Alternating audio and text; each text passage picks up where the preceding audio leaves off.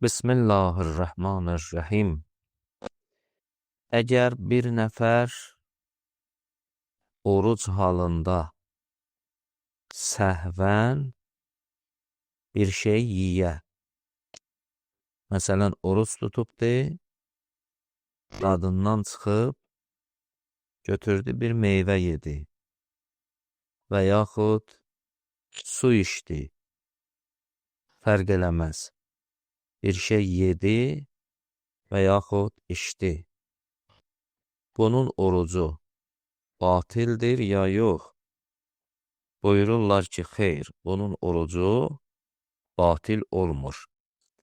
Hətta belə doyunca yemiş olsa, doyunca su içmiş olsa, yadına düşsə ki, mən orucam, həmən yadına düşən kimi bu əl çəkməlidir, hətta ağzında olan tikəni çıxartmalıdır və bunun orucu batil olmur. Bunun orucu düz olur.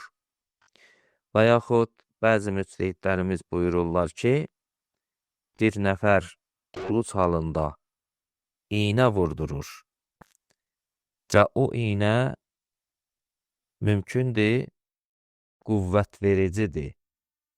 İnsanın bədəninə qüvvət verir. Hətta buyururlar ki, bəzi müctəhidlər əlbəttə, bu iynə də orucu batil eləmir. Bunun orucu səhihdir. Bəzi müctəhidlər buyururlar ki, ehtiyata əsasən, ehtiyat vacibə əsasən bu iynə vurmaq, yəni gücləndirici, bədənə qüvvət verici iynəni vurmaq icazəli deyil. Əssalamu aleykum və rəhmətullah.